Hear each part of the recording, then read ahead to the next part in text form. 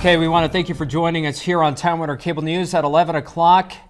For those of you who have been following along with us all day today, you are up to date on the latest. For those of you joining us just now, we're going to get you caught up on everything. Richard Matt, one of those escaped prisoners from Clinton Correctional Facility, is dead. David Sweat, however, the man who broke out with him, is still on the loose. That's right, Sal. Some major developments this afternoon and into this evening. We want to get you the very latest now from our Brian Dwyer, who is in Malone. Hi, Brian. Well, Kate and Sal, earlier today, the Governor Andrew Cuomo, and state police representatives, and actually representatives from numerous police agencies from around not only the country, but not only the state, but also the country as well, were in Malone to announce the death of Richard Matt. The 49-year-old was shot earlier this afternoon by police. They'd given him the chance to give up. He did not do so.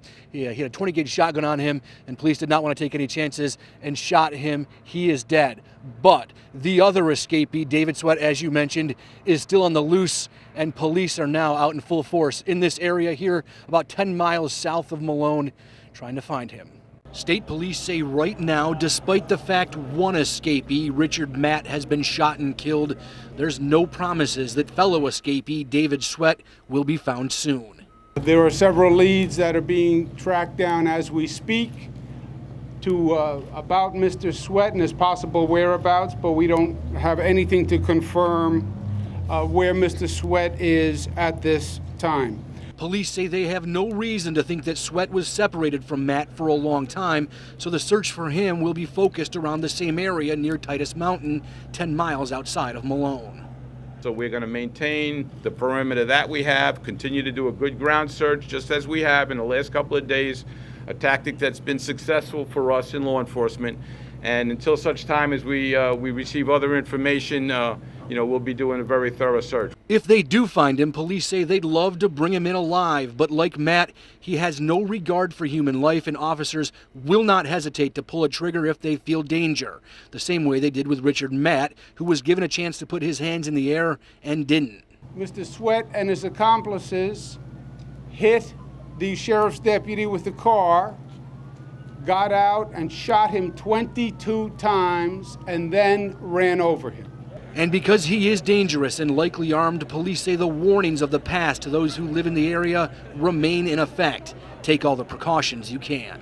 We're going to continue to look for him and search just as hard until we find him, but please, any kind of sightings, don't approach. Please dial 911 or our tip line, and please let us know about it.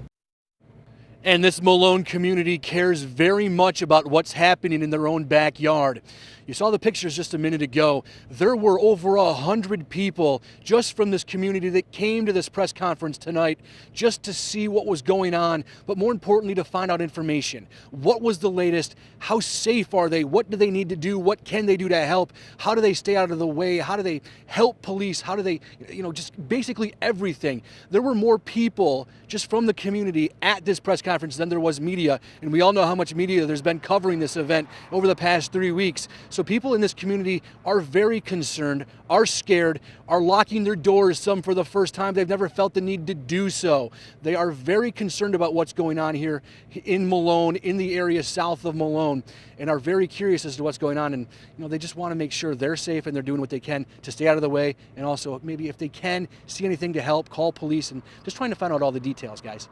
Yes, sir, and understandably so. Brian Dwyer reporting for us. Thank you, Brian. And one of the things that we heard from one of those folks out there today was talking about how half a weight had been lifted here. And that's right, Kate. Only half a weight lifted because the other half of that weight, David Sweat, still on the loose. That's what the governor told us.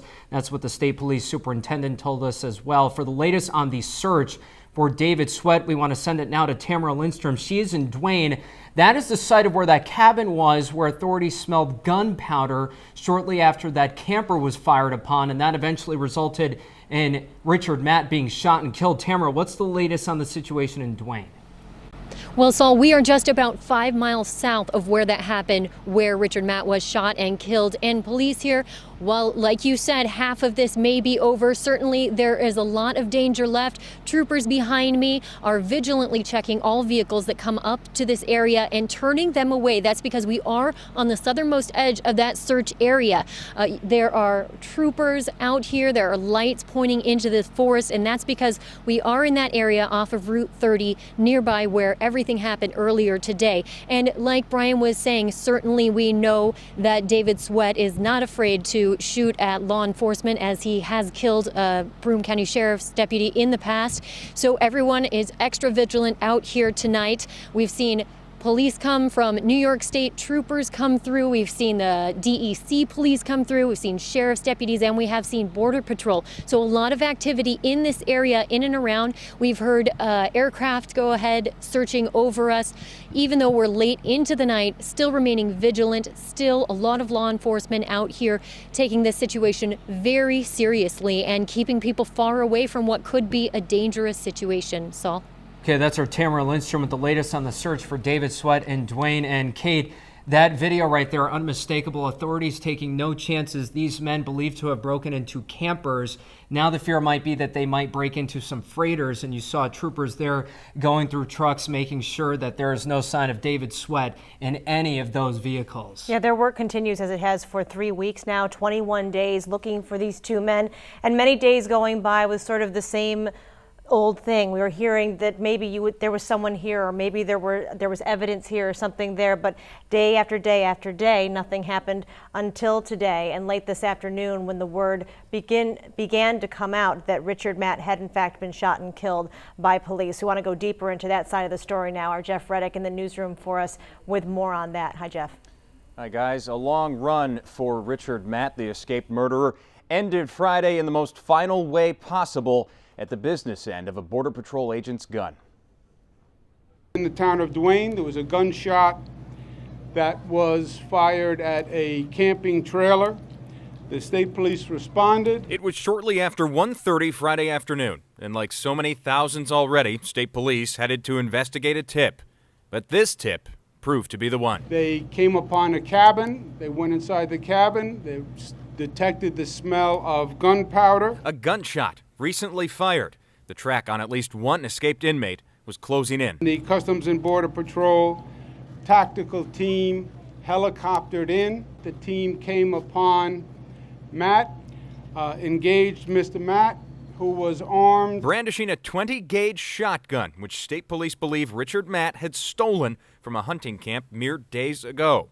The ensuing standoff lasted only a few tense moments. They verbally challenged him, told him to put up his hands, and at that time, he was shot when he didn't comply. A violent end to Richard Matt's violent life. Mr. Matt was an escaped murderer from a state prison.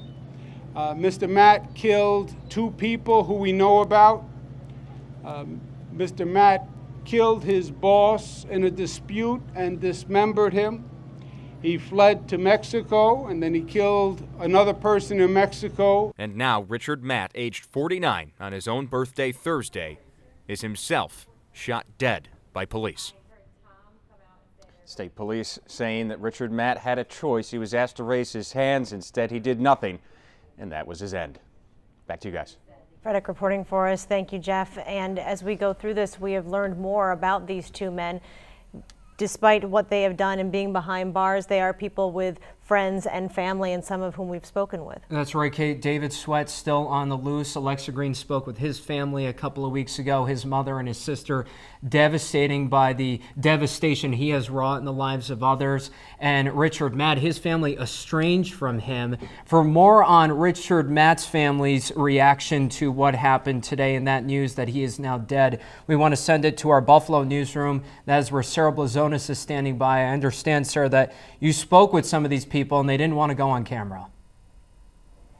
That's right, Saul. We spoke with the family of Richard Matt's half-brother earlier. He lives in Amherst in Erie County, and they said that they are not only relieved to hear this news, but also quite happy to hear that Richard Matt was fatally shot by police. Now, last Thursday, we spoke with neighbors who told us there was a heavy police presence in that neighborhood near Grover Cleveland Highway, and the road was temporarily blocked off. They say they surrounded the house where we now know Matt's half-brother lives. Nothing was found related to the search for the escaped killers, but once again, Matt's half-brother's family telling us that they are definitely breathing a sigh of relief tonight. Saul and Kate.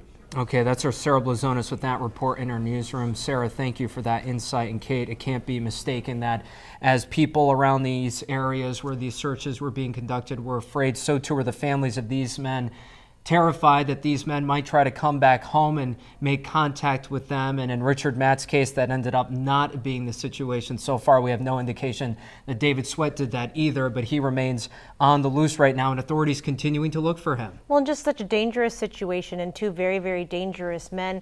And with it all beginning at the beginning of the month, there's that fear there, and it just has not gone away for so many people. And of course, it takes a toll on the people who are living in the areas where they believe to be escaped, and also the people who are looking for them. I want to go to our Ryan Whalen in our Buffalo newsroom as well, who talks a little bit more about dealing with the mental toll, particularly with law enforcement, as their job, as we know, is still not finished. Ryan?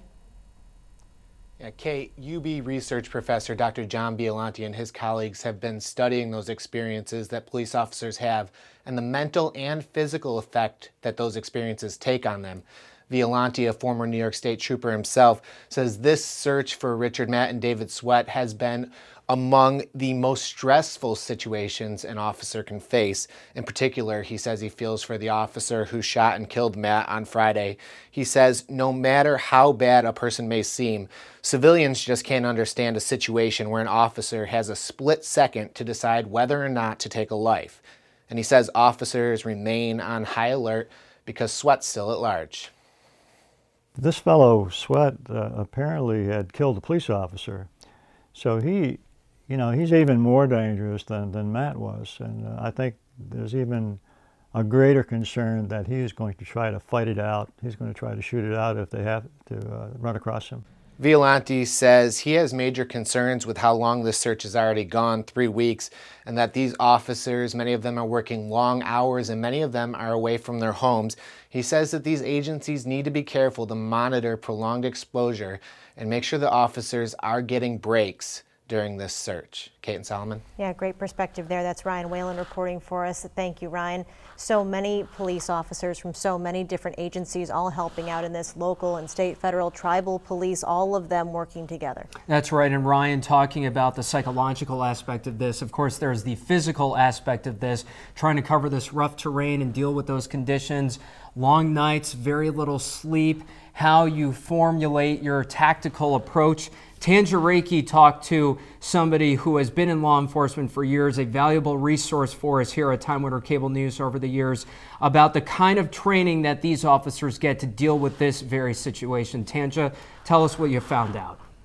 Right. Well, as we just heard, it is some very difficult circumstances that these officers are being placed in, but they train and they get tactical training for events like this all year long. I spoke with the retired Troy police captain. He's calling this search a success, considering the fact that no officers have been injured, shot at, or killed. As night falls and 3 trying weeks continue, exhaustion begins to set in. But for officers on the ground surrounding Malone and Duane, success. Without anyone getting injured at this point, and searching through such hazardous terrain, and with the threat of an armed individual being anywhere from 3 feet to 10 yards away from you with this dense cover, they've done a great job, and we're halfway there. The heavily wooded area they're searching has made it difficult for crews who aren't familiar with the terrain. Using both land and air search teams, officers have to rely on their training from here on out. There's nothing safe about searching during the day, so it compounds itself, obviously, when night comes. But the theory would be that if he's there, just wait it out. Just set up your perimeter. Don't force the situation. He may end up taking his own life or trying to take the life of someone else with him as he goes.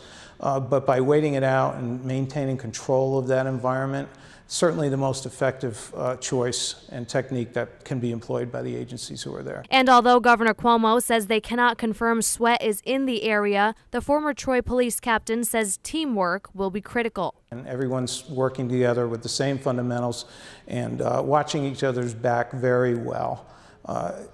As I hope we'll hear continuously, this search has absolutely been a success up to this point. And now hundreds, if not thousands of officers will continue the efforts throughout the night. They are working diligently, and of course we will bring you the latest here on Time Warner Cable News. Saul? As we always do. That's our Tanja Reiki with some important insight for us there. Tanja, thank you for that report. And just to update you on the very latest here, you're seeing it right there on the bottom of your screen. Richard Matt has been shot and killed. We learned that a short time ago definitively from Governor Andrew Cuomo and State Police Superintendent Joseph D'Amico. But in the meantime, David Sweat, one of those dangerous killers who escaped from Clinton Correctional Facility 3 weeks ago now, a full 3 weeks ago, still on the loose, and authorities continuing their search for him in the area where Richard Matt was shot and killed earlier this afternoon. And law enforcement as well reminding people to be vigilant, to be careful, to not approach David Sweat, of course, if they do happen upon him, and also if they do see anything, to tell them. 1-800-GIVE-TIP. And this has helped police. State police saying tonight that the tips from the public have been vital in this case thus far. So, of course, we'll continue to keep you updated here on Time Warner Cable News and on TWCnews.com as the search for David Sweat rolls on.